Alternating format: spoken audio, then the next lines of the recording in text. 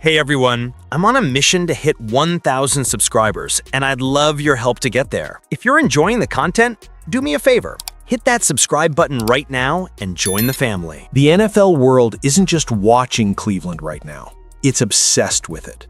Overnight, what started as a sideline moment turned into a full-blown national crisis, pulling every camera, analyst, and fan straight into the Browns' never-ending quarterback drama. It began with a clip so short, so casual, you'd think it was nothing. But when Shadur Sanders turned toward his teammate and muttered, "Man, I could have made that throw left-handed," everything changed. Within minutes, that single sentence detonated across social media, setting off an avalanche of outrage, speculation, and pure disbelief. This wasn't just a frustrated backup venting. This was a direct challenge to Cleveland's leadership, a moment that ripped the curtain off everything boiling behind closed doors. And before the Browns organization could even process what had happened, the internet had already made up its mind. Hashtags exploded, fan bases divided, and sports talk shows scrambled to capitalize on the chaos. By the next morning, every major outlet, from ESPN to TikTok, was looping that same few seconds like it was a national emergency. But here's the truth most people missed. This wasn't about one comment or one interception. It was the spark that finally ignited months of frustration, betrayal, and tension inside Cleveland's locker room. A firestorm that would soon pull in players, coaches, and even ownership itself. Because once Shedur's words hit the airwaves, there was no going back. The league wasn't just reacting to a viral clip, it was witnessing the birth of a rebellion. And for the first time in years, it felt like the Browns' most controversial storyline wasn't about losing games, it was about losing control. But the real chaos didn't start online. It started on national television when one of the loudest voices in sports completely lost it on live television. It happened in real time, right there on the Browns sideline, during one of the ugliest games of their season. Cameras panned past Shedeur Sanders, standing just a few feet from the field, watching Dillon Gabriel throw yet another interception that looked more like a punt than a pass. The crowd groaned, the defense trudged back on, and Shadur just shook his head. Then came the moment that would send shockwaves across the entire league. With mics close enough to catch every syllable, he muttered under his breath, "Man, I could have made that throw left-handed." That single line changed everything. Within minutes, the clip hit Twitter, then Instagram, then TikTok, spreading faster than any Browns highlight all season. Fans clipped, slowed down, analyzed his tone, his body language, even his facial expression. It wasn't just frustration, it was confidence, almost defiance, the kind that says, "I'm done waiting." Sports pages turned the quote into headlines, and every fan base had an opinion. Some called it disrespectful, others called it leadership, but everyone agreed on one thing. It was the first real glimpse of what had been brewing inside Cleveland's locker room for weeks. The clip didn't just trend, it exploded. Hashtag Shedeur Time shot straight to the top of trending charts nationwide, drowning out game recaps and injury reports. Within hours, analysts were dissecting every frame, lip readers confirming the quote word for word. What should have been a minor sideline moment was now national fuel for the biggest quarterback controversy in the NFL. Because to the casual fan, Shedur's comment looked like a shot at his teammate. But to insiders, to people who've been watching the cracks form in Cleveland, it looked like something entirely different. A declaration. A breaking point. The moment the backup quarterback stopped being silent about what everyone inside the building already knew. And if that clip shook fans online, what happened next would send sports media into complete meltdown. Starting with one man who couldn't hold back his fury on live television. When the viral clip reached ESPN's morning broadcast, the reaction was instant chaos. Stephen A. Smith, never one to hold back, saw the footage of Shadur Sanders muttering that now infamous line and completely lost it on live television. As soon as the segment started, he slammed the desk so hard the microphones rattled. His voice rose, words spilling out like a storm as he pointed directly at the camera. "This is what I've been saying," he shouted, veins visible, energy off the charts. "Dillon Gabriel looks like a college backup wearing an NFL jersey, while Shadur Sanders is sitting right there ready to take over." It wasn't a debate anymore. It was a declaration of war on Cleveland's quarterback situation.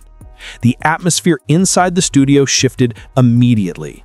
Shannon Sharpe threw his head back, laughing uncontrollably, shaking his hand at the camera as if to say, "Finally, someone said it." Even Molly Qyram, who usually tries to play referee, couldn't hide the grin spreading across her face. The segment morphed from a reaction to a full-blown Shedeur Sanders showcase. Producers scrambled behind the scenes, cutting in clips of Shedur's practice throws, smooth, precise, commanding the huddle.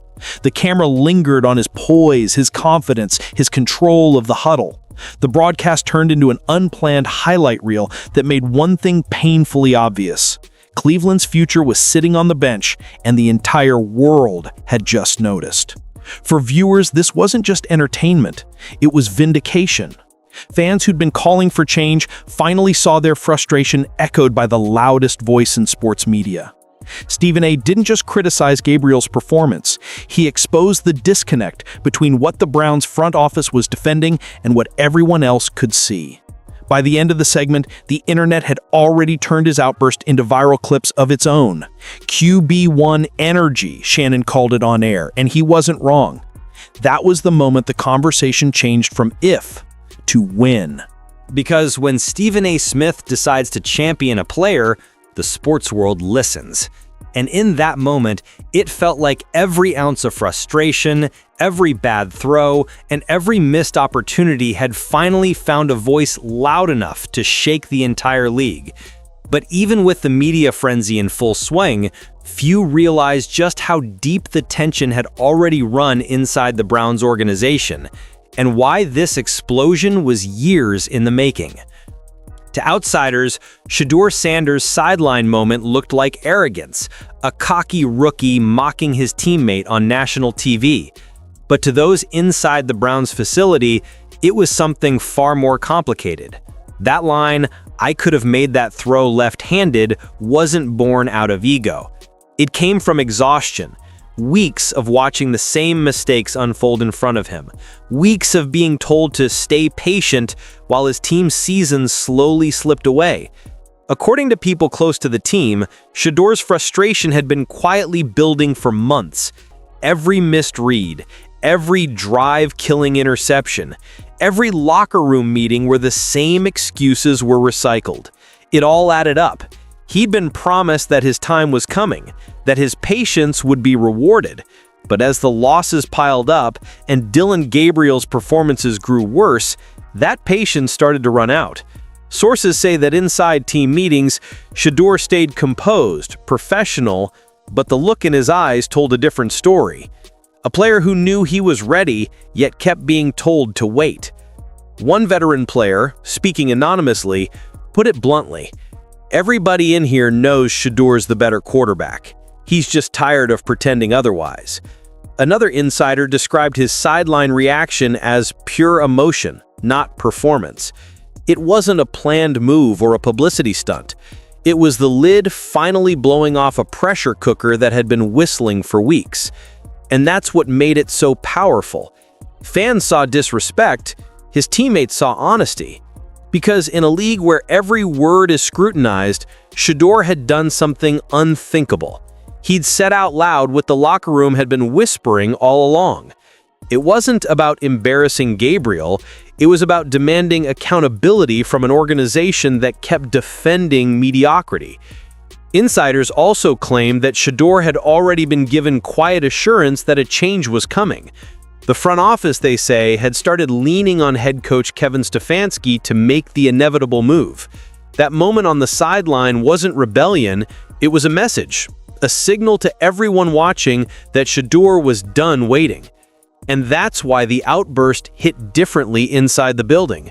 It wasn't just a rookie speaking out of turn, it was a competitor finally refusing to stay silent. But if the sideline moment revealed cracks in Cleveland's unity, What came next would expose the full fracture, because behind closed doors, the Browns' locker room was already splitting in two. And soon that divide would spill into the open, pitting veterans, coaches, and even staff against one another in a battle for control of Cleveland's future. Inside the Browns' locker room, tension had turned into a living, breathing thing. You could feel it in the air after every loss, that quiet, heavy silence that lingers longer than any halftime speech. Players walked past each other without eye contact. Conversations that used to end in laughter now fading into murmurs and side glances. The viral clip of Shadur Sanders didn't create the divide, it exposed it. Because long before that sideline comment made national headlines, players were already choosing sides. Several veterans reportedly pulled coaches aside after the game, their patience gone. We're blocking our tails off, and we're watching the quarterback sabotage every drive. Another player didn't even bother to hide his frustration, saying flat out, "Something's got to change, now." Behind those walls, there was no confusion about who they believed should be leading the offense. The respect for Shadur wasn't just about talent, it was about presence. Teammates saw how he carried himself, calm, focused, unbothered by pressure. When he ran the scout team during practice, the tempo shifted, the huddle moved sharper, guys listened. It was the kind of authority that doesn't need to be demanded, it's just there. But not everyone saw it that way.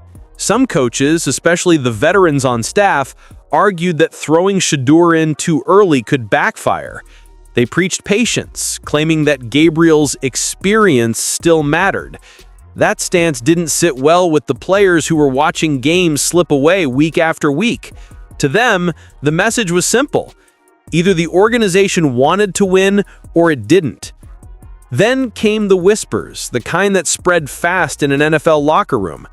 That ownership had already made its mind, that the front office was pushing hard for a quarterback switch while Stefanski resisted, wanting to protect his system and his authority.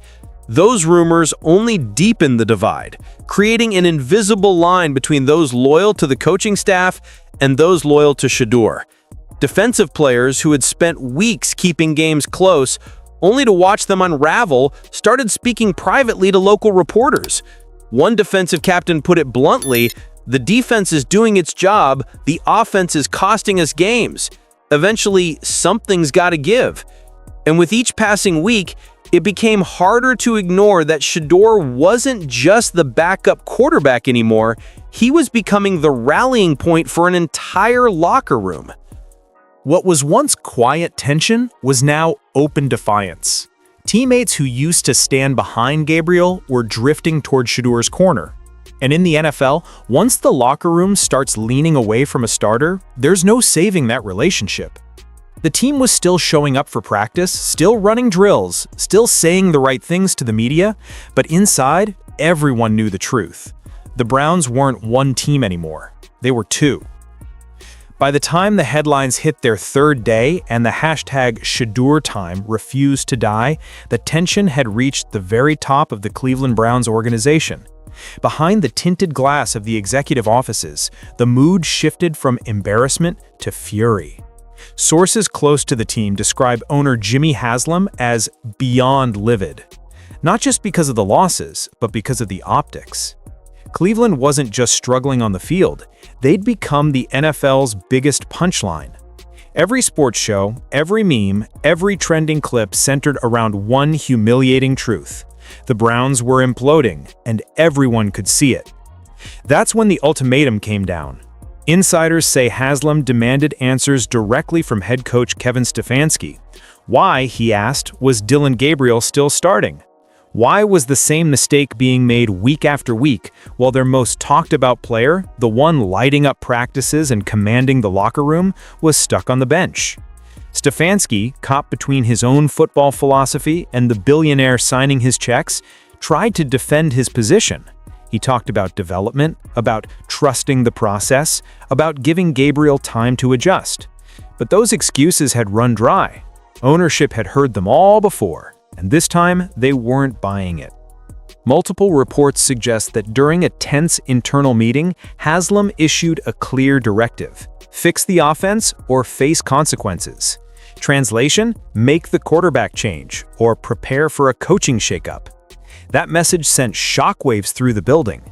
Assistants whispered about staff loyalty, coordinators privately debated whether they should start preparing for a transition plan.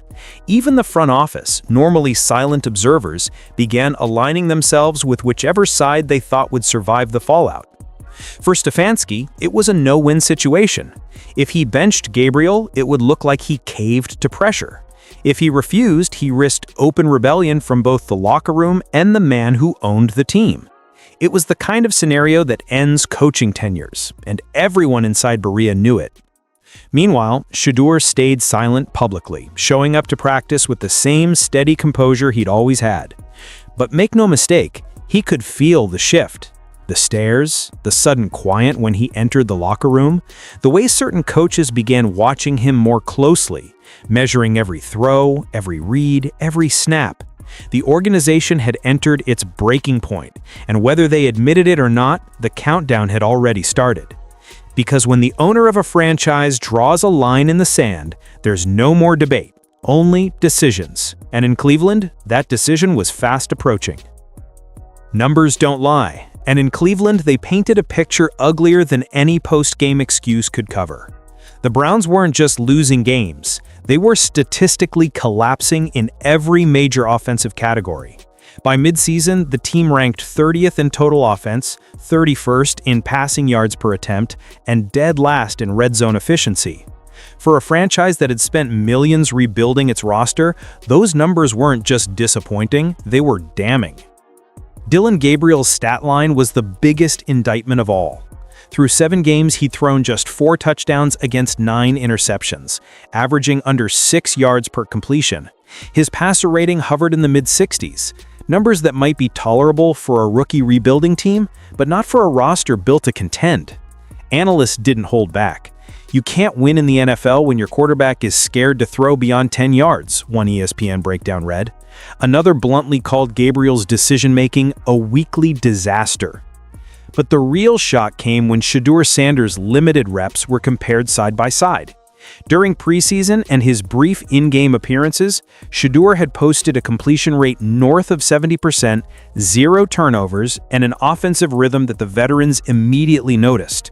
The offense looked different when he was under center. Faster, cleaner, more confident. Receivers were finishing routes sharper, the line held longer, there was belief. Even advanced analytics told the same story. According to internal reports leaked from team staff, Shedur's practice efficiency rating, a metric combining accuracy, timing, and reads, was nearly 20% higher than Gabriel's. Coaches couldn't ignore that anymore, nor could the front office, which began quietly circulating those numbers in closed meetings to strengthen their case for a change. Meanwhile, the fan base had turned data into ammunition. Social media lit up with side-by-side stat graphics comparing Shedur's dominance in college to Gabriel's pro struggles. Every missed throw, every 3-and-out, every wasted drive became fuel for the growing campaign to bench Gabriel. Hashtags like Start Shadur and Free14 dominated Twitter threads after each game. Local media joined in. Cleveland radio shows started tracking Shedur's practice stats like stock prices, and every report of him lighting up scrimmages pushed the public pressure higher. The numbers weren't just a critique anymore, they were a rallying cry. Behind the scenes, even data analysts inside the organization were told to prepare projection models, what-if scenarios for offensive production with Shadur starting. The results were staggering. Estimated offensive yardage increased by 18%, third down conversions by 12%, and scoring drives nearly doubled. At that point, it wasn't a matter of if a change would happen, but when. The math, the tape, the locker room, and the ownership all pointed to one conclusion. Dillon Gabriel's time was running out. Once the numbers went public, Cleveland stopped being a football city. It became a battlefield. Every social media platform turned into open warfare between two camps, the Gabriel defenders and the Shadur believers.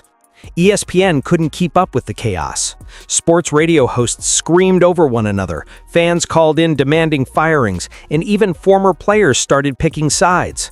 The locker room drama had officially gone national. It started when a local beat reporter tweeted that Shadur had outperformed every starter in practice for 3 straight weeks.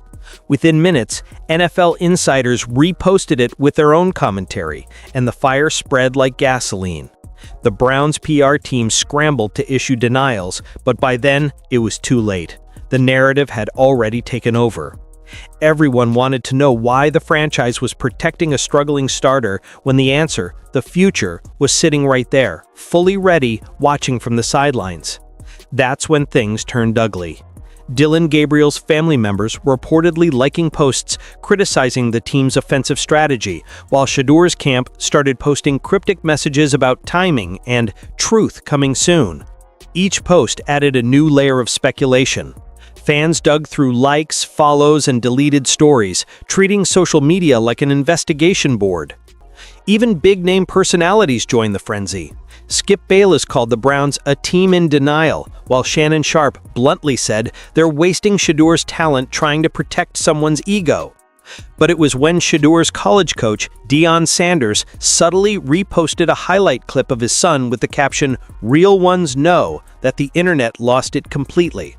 Comment sections erupted, and reporters flooded Cleveland's front office with calls demanding a statement.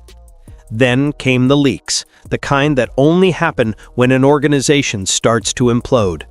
Anonymous sources began whispering about divided meetings, coaches arguing behind closed doors, and veterans threatening to speak out if things don't change.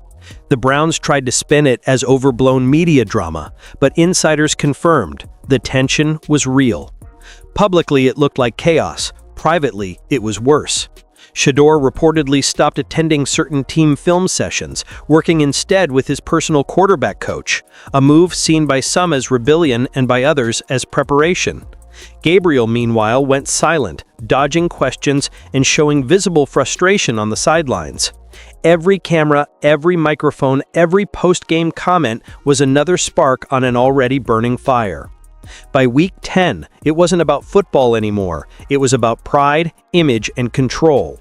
Fans showed up to games wearing #Let14Cook shirts, chanting Shedur's name before the team even took the field. Commentators openly questioned whether the Browns could survive this kind of public collapse without making a change. The organization had completely lost control of its own story. The players weren't the only ones fighting. Now, the fans were fighting for them. When the announcement finally dropped, it didn't come through a press conference or some carefully crafted PR statement.